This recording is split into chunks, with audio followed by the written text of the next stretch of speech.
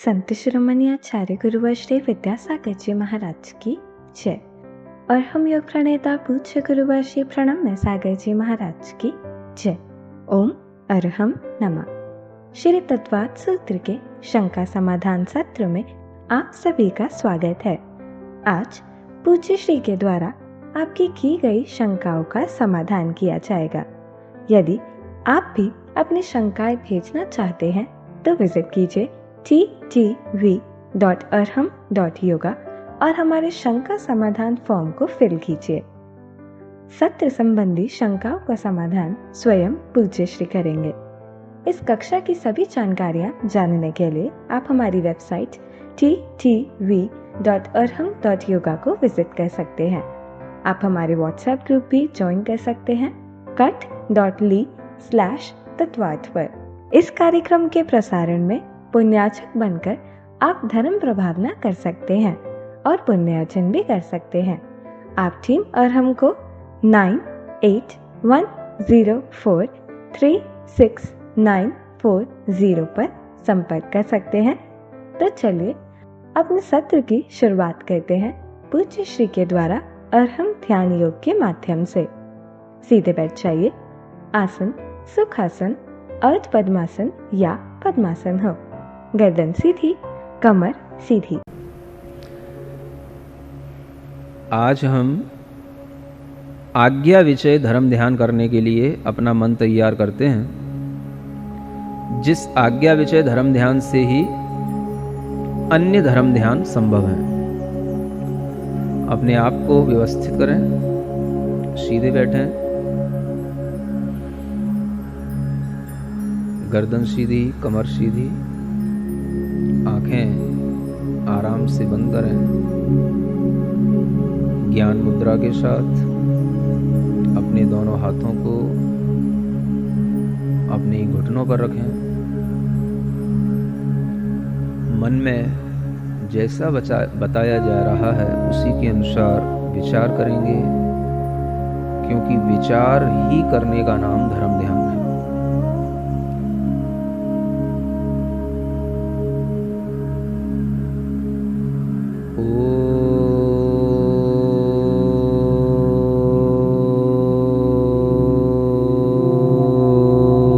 अरहम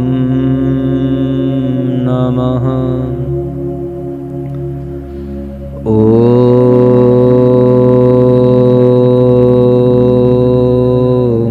अरहम नमः।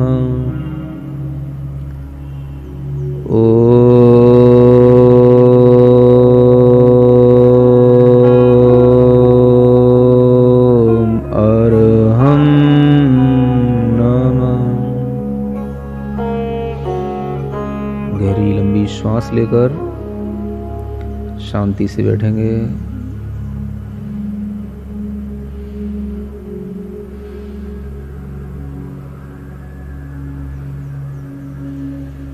पूरे लोक के अंदर बस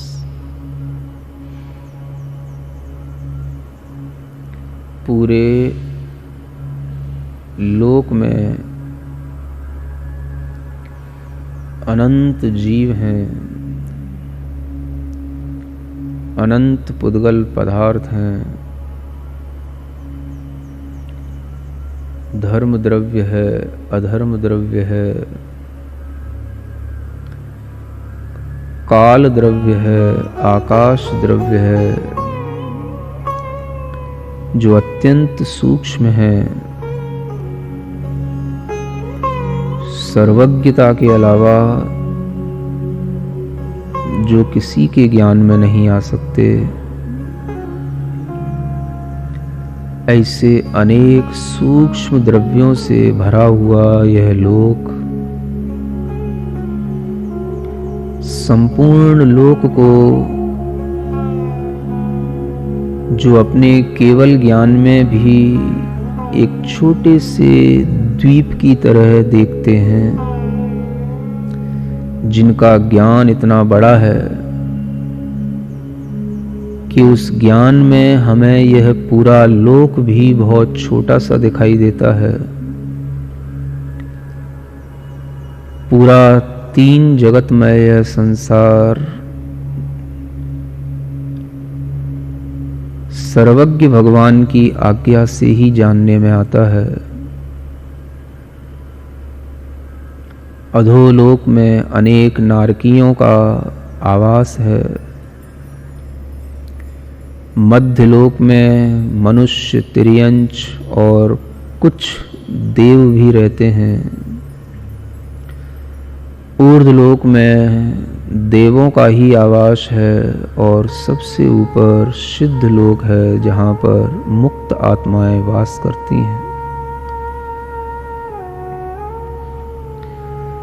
संसार का प्रत्येक पदार्थ सूक्ष्म से सूक्ष्मता की ओर जब हम देखते हैं तो परिणमन, परिवर्तन, उत्पाद व्यय द्रव्य के माध्यम से कर रहा है। यह मैं सर्वज्ञ भगवान की आज्ञा से जान रहा हूँ, श्रद्धान कर रहा हूँ, पूर्ण रूप से इसी तरह से देख रहा हूँ।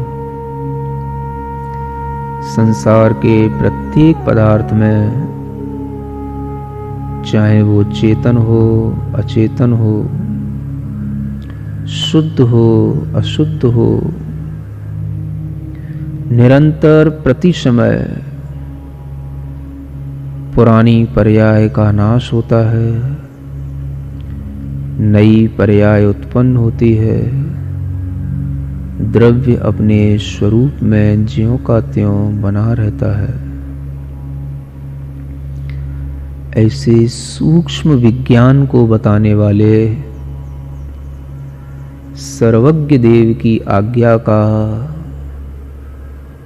विचार करते हुए इस आज्ञा को मैं प्रामाणिक मानते हुए अपनी श्रद्धा से इस आज्ञा को स्वीकार कर रहा हूँ। संसार के सभी जीवों में अनेक तरह के परिणाम हैं, भाव हैं, विचार हैं, अनेक तरह के कर्म बंध हैं। वो सब सर्वज्ञ भगवान के ज्ञान में उनकी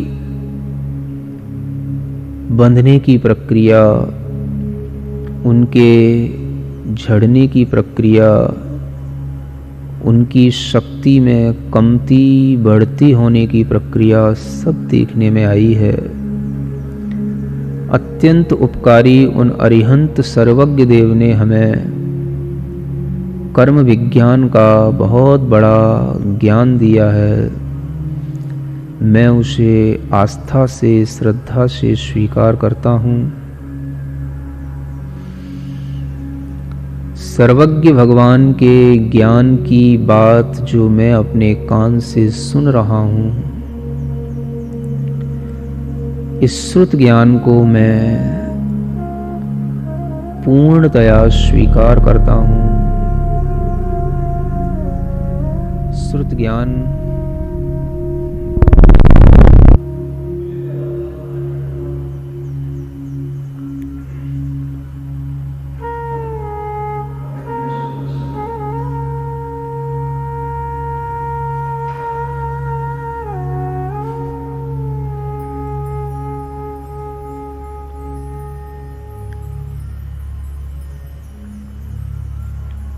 सर्वज्ञ देव के ज्ञान से जो श्रुत ज्ञान मुझे प्राप्त हो रहा है, मैं उससे पूरे जगत को जान रहा हूँ, उसी तरह से मान रहा हूँ। संसार के सभी प्राणियों में कर्मों को बंधता हुआ, कर्मों के अनेक तरह के अपकर्षण, उत्कर्षण आदि को मैं देखता हुआ भगवान जिनेंद्र देव की आज्ञा के अनुसार जीवों का परिणमन देख रहा हूँ।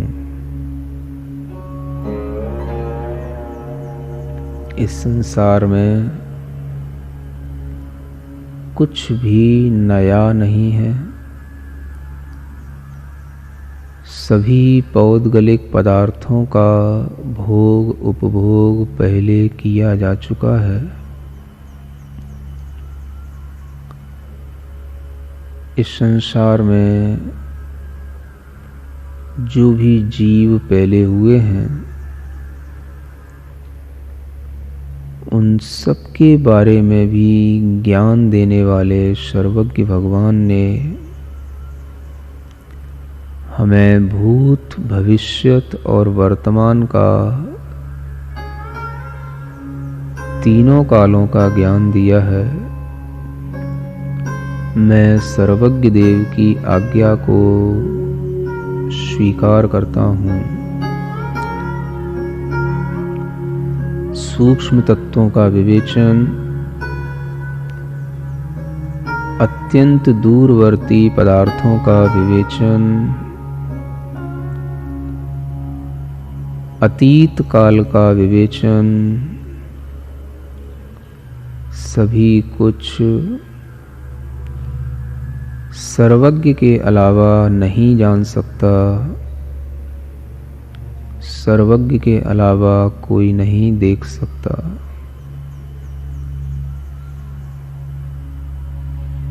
मैं आनंदित हूँ।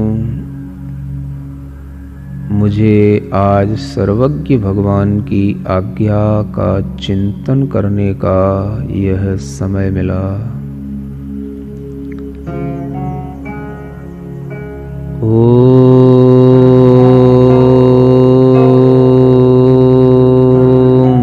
अर्हं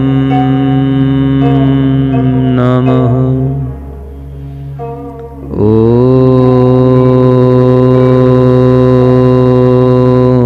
अर्हं नमः।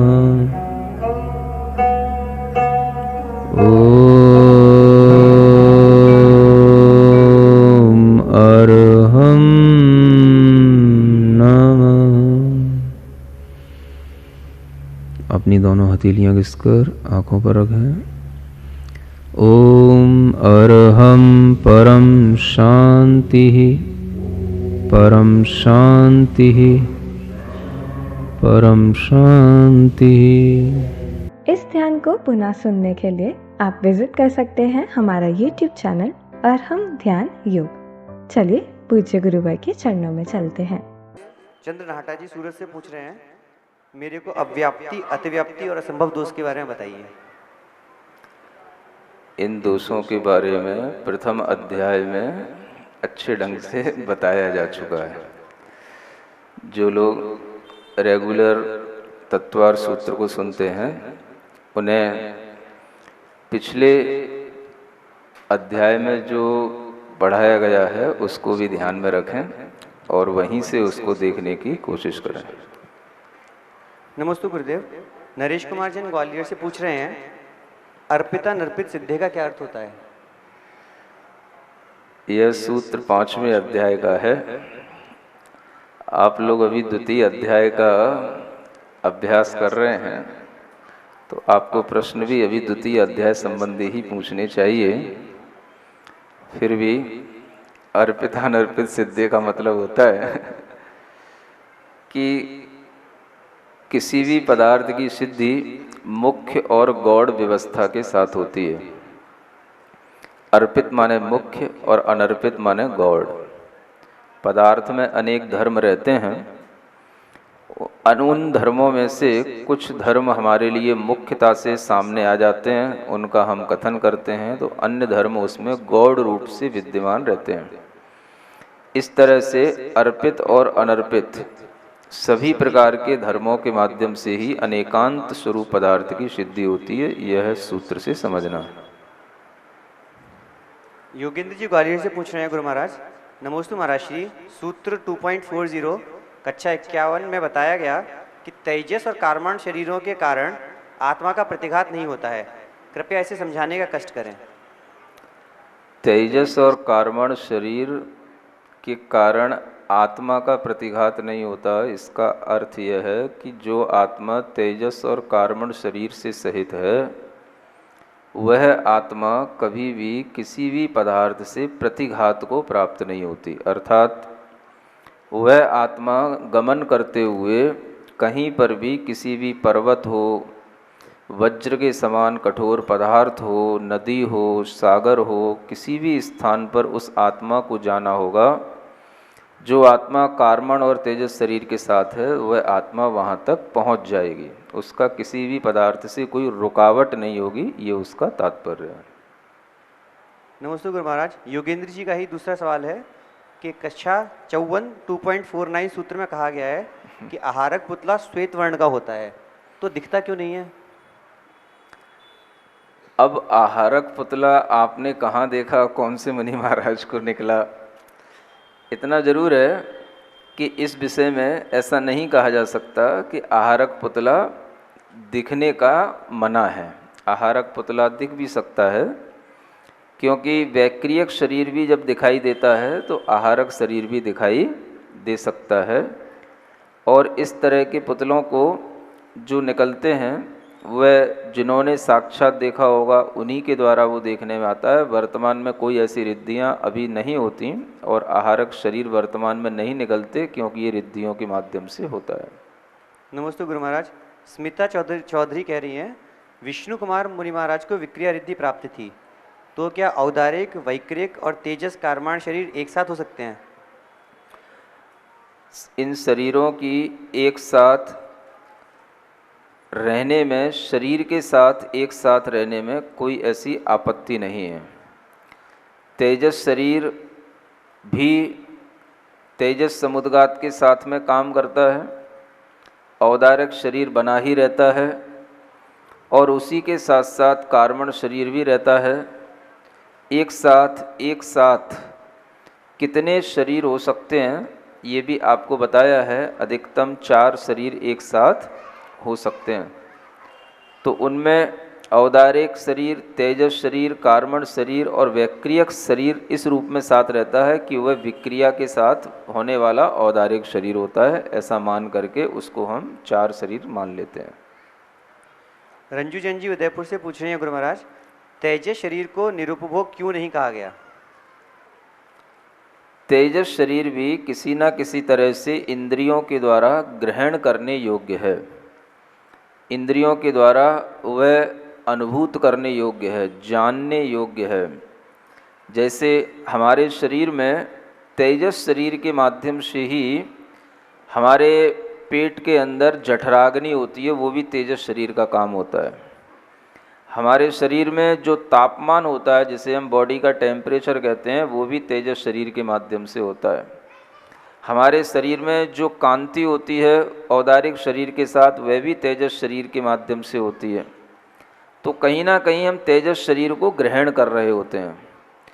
इसलिए तेजस शरीर जो है वह इंद्रियों के द्वारा ग्रहण करने योग्य नहीं होता, ऐसा नहीं है, उसको हम ग्रहण कर सकते हैं। लेकिन कार्मण शरीर जो है वह इंद्रियों के द्वारा ग्रहण करने योग्य नहीं होता, इसलिए उसके लिए मना किया गया है। वंदना जैन जी सतना एमपी से पूछ रहे हैं गुरु महाराज, नमोस्तु भगवान, आहारक रिद्धि के साथ प्रथमोपशम सम्यक्त परिहार विशुद्धि चारित्र व मन पर्य ज्ञान क्यों नहीं हो सकता? कृपया समाधान करें। समाधान की बात इसलिए नहीं है क्योंकि आप अगर सिद्धांत की बात करते हैं तो सिद्धांत को हमें स्वीकारना होता है। सिद्धांत में तर्क अधिक नहीं होता, सिद्धांत को हमें हाथ जोड़ करके सत्य के रूप में स्वीकार लेना होता है। उसमें हमारे लिए कोई ऐसी तर्क की बातें नहीं है जिससे कि कोई हमें समझने में या किसी भी उस सत्य को स्वीकार करने में कोई हमें बाधा आ रही हो। तो जिस शरीर के साथ में जो और दूसरी चीज़ें नहीं होती हैं, उनकी जो कंडीशन दी गई है, आप उसको उसी रूप में स्वीकार करें। नमस्ते महाराज जी, प्रीति जैन जी आस्था से पूछ रही हैं कि नमस्ते गुरुवर, इस पंचम काल में आहारक मुनि होते हैं क्या? कहा तो है कि पंचम काल में आहारक रिद्धि नहीं होती, यह भी एक रिद्धि मानी गई है। और इस तरह का शरीर पुतले के रूप में तब निकलता है जब वह किसी केवली श्रुत केवली के पास जाने के लिए ऐसी कोई जिज्ञासा या शंका मन में उत्पन्न हो जिसका समाधान कहीं और हमको न मिले। तो ना तो इस तरीके की अभी कोई जिज्ञासा उत्पन्न होती है और ना इस तरह से कोई भी केवली श्रुत केवली के पास जाने के लिए किसी के अंदर अभी इस तरह की भावना होती है। तो ऐसी ये आहारक रिद्धियों का पंचम काल में भी अभाव समझना चाहिए।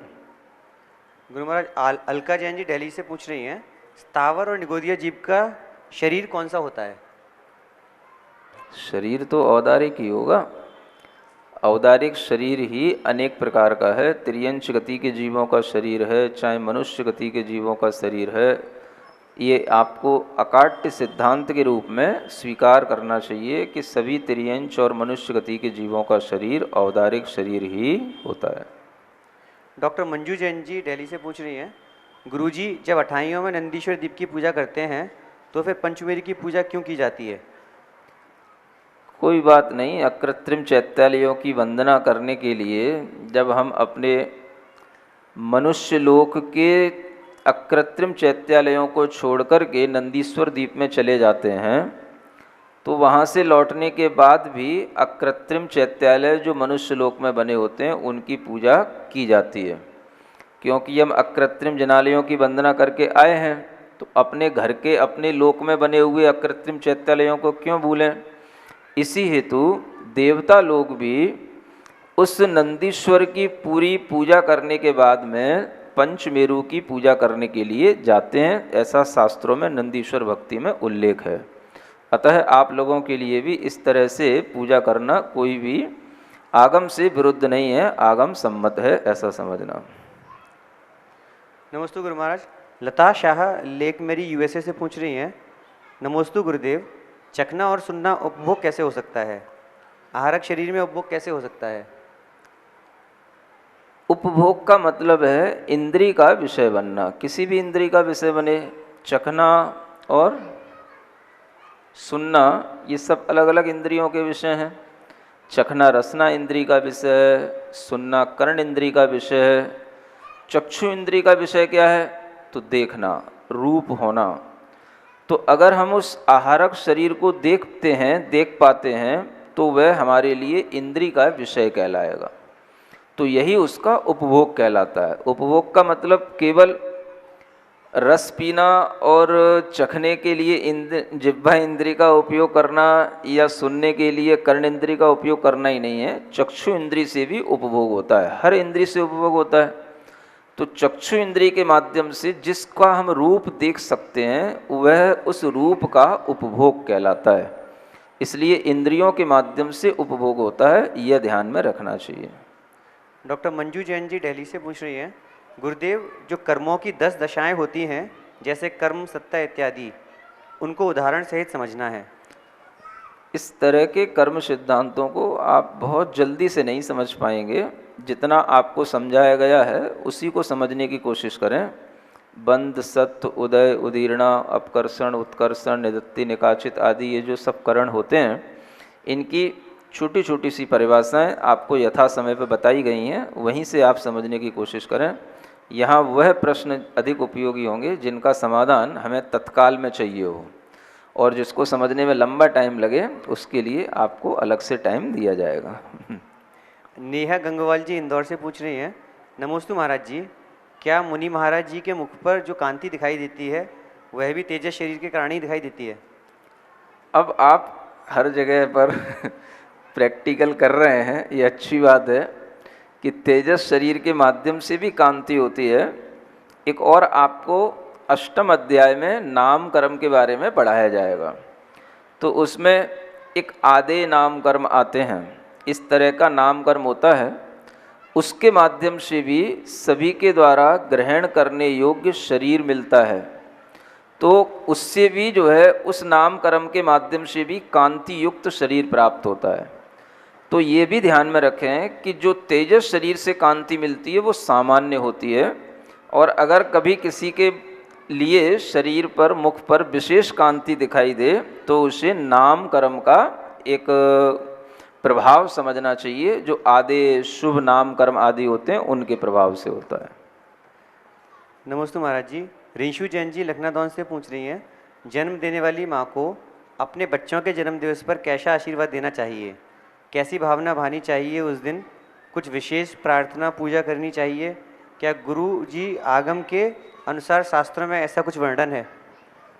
आगम के अनुसार तो जब आप बच्चे के लिए गर्भ में उसका संस्कार करते हैं, जन्म के समय पर भी संस्कार करते हैं, तो उन संस्कारों में जो मंत्र और भावना होती है वही संस्कार हमें उसके लिए आगामी जन्म दिवस पर, या जिसे हम वर्ष वृद्धि दिवस कहते हैं, उस वर्ष वृद्धि दिवस पर भी इसी तरह के आपके अंदर संस्कार देने की भावना होनी चाहिए। जैसा कि जन्म गर्भ आदि के संस्कार में होता है कि बेटा, उसमें लिखा रहता है अरिहंत पद भागी भव, यानी बेटा अरिहंत बने, है ना, बेटा गढ़धर बने, मुनि महाराज बने। इस तरह का अगर आप आशीर्वाद दें तो अति उत्तम होगा।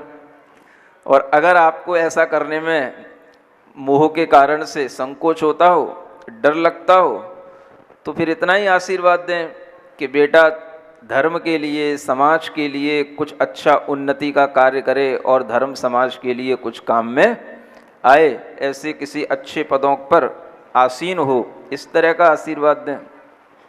और अगर इसमें भी कुछ डर लगता हो तो फिर उसके लिए इतना ही आशीर्वाद दें कि जीव जीव बस जीते रहो, खाते रहो, पीते रहो, जीते रहो। तो वह तीसरी क्वालिटी का आशीर्वाद इस तरह का भी हो सकता है, आपको जो भी अच्छा लगे दे देना। शशि बंजल जी न्यू दिल्ली से पूछ रहे हैं गुरु महाराज, मुनिश्री आहारक शरीर अशुभ भी होता है क्या? नहीं, कदापि नहीं। आहारक शरीर सदैव शुभ ही होता है। उसमें न कोई अशुभ कारणों से उत्पन्न होता है, न उसका कोई कार्य अशुभ होता है। कार्य और कारण दोनों ही उसके लिए शुभ रूप होते हैं। इसलिए उसमें एकांत धारणा से यही जानना कि आहारक शरीर सदा शुभ ही होता है।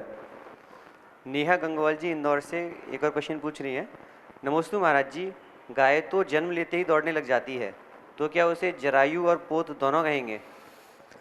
ऐसा नहीं है। जहाँ पर जैसा लक्षण देखने में आता है उसी तरह से हमें उसको मुख्यता से मानना चाहिए। अब गाय दौड़ तो जाती है लेकिन जरा तो उसके ऊपर लिपटी रहती है, ये भी तो देखते होगे। तो जरा का लिपटने से वही वह जरायु जन्म वाला कहलाएगा। केवल दौड़ जाने से नहीं होता। एक जरा जो एक आवरण के रूप में, खाल इत्यादि के रूप में होती है, वह उन पशुओं में होती है, इसलिए उसको जरायु जन्म वाला ही समझना चाहिए। शांति जैन जी कानपुर से पूछ रही हैं, बारंबार नमोस्तु गुरुवर, त्रियंचों में विक्रिया कैसे होती है? ये तो रिद्धि के माध्यम से होती है ना? ऐसी कोई बात नहीं है कि रिद्धियों से ही विक्रिया होती है। विक्रिया करने की शक्ति कुछ तो उस पर्याय में अपने आप उस भव के कारण से भी मिल जाती है। यानी अगर कहीं ऐसे जगह पर उत्पन्न हुए जहाँ पर विक्रिया करने की क्षमता है तो वहाँ पर वह विक्रिया कर लेता है। दूसरी बात, किसी भी तरह की शक्ति है वह उसको अपने पूर्व अर्जित पुण्य के कारण से भी मिल सकती है। तो इस तरह से त्रियंचों में विक्रिया करने के लिए रिद्धि की आवश्यकता नहीं होती है, वह भी विक्रिया कर लेते हैं। जब किसी विशेष क्षेत्र में वह उत्पन्न होते हैं तो उनमें वह शक्ति स्वतः उत्पन्न हो जाती है और उस शक्ति के माध्यम से वह अपने शरीर को किसी भी आकार रूप आदि के रूप में ढाल लेते हैं। ये एक सहज घटना होती है जो उनके अंदर उस विक्रिया शक्ति के माध्यम से आ जाती है। उसे रिद्धि नहीं समझना चाहिए। रिद्धि अलग चीज़ होती है और विक्रिया करने की एक शक्ति आना ये अलग चीज़ होती है। नमस्ते गुरु महाराज, योगेंद्र जी ग्वालियर से पूछ रहे हैं, उनका सवाल, एक आपने सर्वस्य और सर्वद्रव्य पर्यायदिशु के लिए आचार्य महाराज का चिंतन बताया था, उस कॉन्टेक्स्ट में है कि सूत्र 2.42 कक्षा 52 में बताया गया कि केवल ज्ञान अनंत को नहीं जानता, क्योंकि जिसका अंत ही नहीं उसे कैसे जाना जाएगा। तो इनकी शंका है कि अनंत का विषय तो केवल ज्ञान का ही बताया गया है। वह आपके लिए एक चिंतन के रूप में इसलिए बताया था कि सर्वद्रव्य पर्यायेषु केवलस्य, यहाँ पर सर्व शब्द कहा गया है, अंत शब्द नहीं कहा गया, अनंत शब्द नहीं कहा गया। तो अनंत का ये भाव होता है कि जिसका अंत न हो, और सर्व का ये भाव होता है कि जो सामने है, सर्व के रूप में है, वो सब कुछ देखने में आता है, जानने में आता है। तो ऐसे इन शब्दों की व्याख्या एक शब्द नय के माध्यम से या शब्द पर विशेष रूप से ध्यान रखते हुए की जा सकती है। और उस तरह का चिंतन गुरु महाराज ने दिया था, वो आपको केवल सुनाया था। उस चिंतन को हमें चिंतन के रूप में स्वीकारना चाहिए कि गुरु महाराज ने कितना अच्छा हमें शब्द को अलग अलग रूपों में व्याख्यायित करके चिंतन दिया। इससे ज़्यादा हमें कोई चिंतन नहीं करना, जो चिंतन दिया गया था उस चिंतन को ही समझना है। सुनीता जैन जी सहारनपुर से पूछ रही हैं, गुरु महाराज आत्मा का परिणाम किसे कहते हैं? कृपया इसका तात्पर्य समझाने का कष्ट करें। आत्मा का परिणाम यानी आत्मा का भाव, जो भाव आत्मा का कसाय आदि के उदय में उत्पन्न होता है, कर्मजन्य भाव होता है, वह आत्मा का परिणाम कहलाता है। वह परिणाम शुभ भी हो सकता है, अशुभ भी हो सकता है, वह शुभ अशुभ कर्मों के फल पर निर्भर करता है। उसी को हम आत्मा का भाव कहते हैं, उसी को आत्मा का परिणाम कहते हैं। प्रियंका जी भोपाल से पूछ रही हैं, गुरु महाराज सम्मूर्छन जीवों को प्रत्यक्ष कैसे देख सकते हैं? कोई बात नहीं, सम्मूर्छन जीव तो आपको देखते ही रहते हैं। सम्मूर्छन जीव कोई बहुत बड़े अन्य ग्रह के जीव थोड़ी ना होते हैं। जो भी आप मक्खी, मच्छर, ये छिपकली, ये तमाम तरह के मेढक, मछलियाँ देखते हैं, ये सभी सम्मूर्छन जीव तो होते ही हैं। तो सम्मूर्छन जीव त्रियंश गति के, ये सब आपको देखने में आ रहे हैं, ये सब सम्मूर्छन जीव ही होते हैं। जो अपने आप लाइटों में अनेक तरह के पतंगे, मच्छर उत्पन्न हो जाते हैं, बरसात के दिनों में पानी में अनेक तरह के जीव उत्पन्न हो जाते हैं, सड़क पर चल कर के आ जाते हैं, वो सभी सम्मूर्छन जीव ही होते हैं। इसमें विशेष बात हमें तो कुछ समझ नहीं आ रही है। संगीता जैन जी लखनऊ से पूछ रही हैं, नमोस्तु गुरुवर, मेरी शंका है कि सिद्धों की पूजा व नंदीश्वर पूजा तो अनादिकाल से चली आ रही है, पर सिद्ध चक्र विधान तो मैना सुंदरी से ही जोड़ा गया है कि मैना सुंदरी से ही पूजा का आरंभ हुआ। कृपया समाधान करें कि चारों निकाय के देव कितने कालों से नंदीश्वर दीप की सिद्धों की पूजा करते हैं? पूछने में जो गलती हुई हो क्षमा करें। नहीं, पूछने में कोई गलती नहीं होती, पूछने के लिए आप स्वतंत्र रहते हैं कुछ भी पूछा जा सकता है। और जो सिद्धांत संबंधी बातें हैं, जिज्ञासाएं हैं, तो उसमें ऐसी कोई बात नहीं है कि नंदीश्वर की पूजा है, सिद्धों की पूजा है, सब एक ही बातें हैं। जहाँ तक देवों का कब से जाना है ये सवाल है, तो ये तो नंदीश्वर पर्व अनादि पर्व हैं और देव लोग इन पर्वों को अनादिकाल से मनाते आ रहे हैं। तो ये पूजाएं देवों के माध्यम से अनादिकाल से चल रही हैं। इसलिए जो नंदीश्वर की पूजाएं होती हैं, इन्हें हमें अनादि निधन पूजाएं समझना चाहिए, क्योंकि ये पर्व भी अनादि पर्व हैं, ये किसी घटना विशेष से जुड़े हुए नहीं हैं। तो इन नंदीश्वरों की इन पूजाओं में देव लोग कब से जा रहे हैं, इसका कोई प्रारंभ नहीं है। इसी को हम अनादि कहते हैं और इसी रूप में हमें उसे स्वीकार करना चाहिए। पद्मा देवी जैन जी डिब्रूगढ़ असम से पूछ रही हैं, नमस्ते गुरुवर, त्रियंज गति में जन्म लेने के कितने दिन बाद सम्यक दर्शन हो सकता है? अलग अलग जीवों के लिए यह अलग अलग बात होती है। भोग भूमि के जीवों की अलग स्थिति होती है, कर्म भूमि के जीवों की अलग स्थिति होती है। फिर भी जन्म लेने के बाद में उन्हें कुछ दिवस पर्यंत, इससे हम बोलते हैं कुछ पृथक दिवस पर्यंत, वह अगर बढ़ते हैं, जिसे हम कहते हैं कुछ दिनों में ही उनके अंदर ये योग्यता आ जाती है। मनुष्यों की तरह उन्हें 8 वर्ष का होने की आवश्यकता नहीं है, कुछ दिनों में और कुछ महीनों में उनके अंदर ये योग्यता आ जाती है, ऐसा समझना चाहिए। शशि बंजल जी न्यू दिल्ली से पूछ रही हैं, मुनिश्री 2 मुख वाले सांप को इंद्रियों में कैसे काउंट करेंगे? इंद्रियों में 2 मुंह वाले सांप की इंद्रियां कैसे काउंट करेंगे? क्यों भाई, 2 मुख वाले सांप की इंद्रियां क्या, अच्छा 5 से 6 इंद्रियां हो जाएंगी क्या 2 मुख हो गए तो ऐसा कुछ नहीं है। उसका वह स्वभाव है जो उसके लिए इस तरह के शरीर की रचना मिली है ना। मुख तो उसके 2 भले ही हैं, लेकिन वो 2 मुख जैसे दिखते हैं, काम तो एक समय पर एक ही करता है। और हो सकता है कि उसको ये सुविधा मिली हो कि भाई उसे कहीं से पीछे लौटना हो तो उसे पीछे लौटने के लिए अपना मुंह घुमाना ना पड़े, पीछे के पीछे ही, पीछे वाले मुंह से ही अपना काम चला ले। तो ये उसके शरीर की सुविधा हो सकती है, इंद्रियां तो उसकी 5 ही रहेंगी, ये जानना। नमस्ते गुरुवर। हीतल जन जी पानीपत से पूछ रही हैं, मेरी शंका है कि राजू, योजन, कोश, घन, कुछ काम, एक, पूर्व कोटि, पल्य, सागर आदि को आज की भाषा में कैसे समझें? नहीं, आज की और कल की कोई भाषा नहीं होती है, शास्त्रों की भाषा शाश्वत होती है। और इस भाषा को आप कभी भी कन्वर्ट करने की कोशिश न करें। हाँ, इतना ज़रूर है कि आज की भाषा में उसको हम किलोमीटर में कैसे कन्वर्ट कर सकते हैं ये समझ सकते हैं। तो जैसे 1 योजन है, 1 योजन में 4 कोस होते हैं, 1 कोस में 3 किलोमीटर हो गया, तो 1 योजन में 12 किलोमीटर हो गए। आज की भाषा में आप 1 योजन को 12 किलोमीटर के रूप में नाप सकते हैं। तो जो पॉसिबल है उसी में आप कन्वर्ट कर सकते हैं। अब अगर आप राजू को कन्वर्ट करना चाहें तो वो पॉसिबल नहीं है, क्योंकि वो असंख्यात योजनों का माप होता है। तो जब असंख्यात की बात आएगी तो आपको आज की भाषा नहीं, शास्त्रों की भाषा को स्वीकार करना पड़ेगा। और जब संख्यात की गणना चलेगी तो आप आज की भाषा में उसको कन्वर्ट कर सकते हैं, इतना ध्यान रखें। सिरिजिणवाणी जग कल्याणी जग जन मदतम मोहरी जणमण हारी गढ़हर हारी जम जरा भव रोग हरि तिथ्य राणम दिव्य झुणिम जो पड़ई सुणई मय्ये धारई राणम सौख मणंतम धैर्य सासद मोक्ष पदम पावई सासद मोक्ष पदम पावई।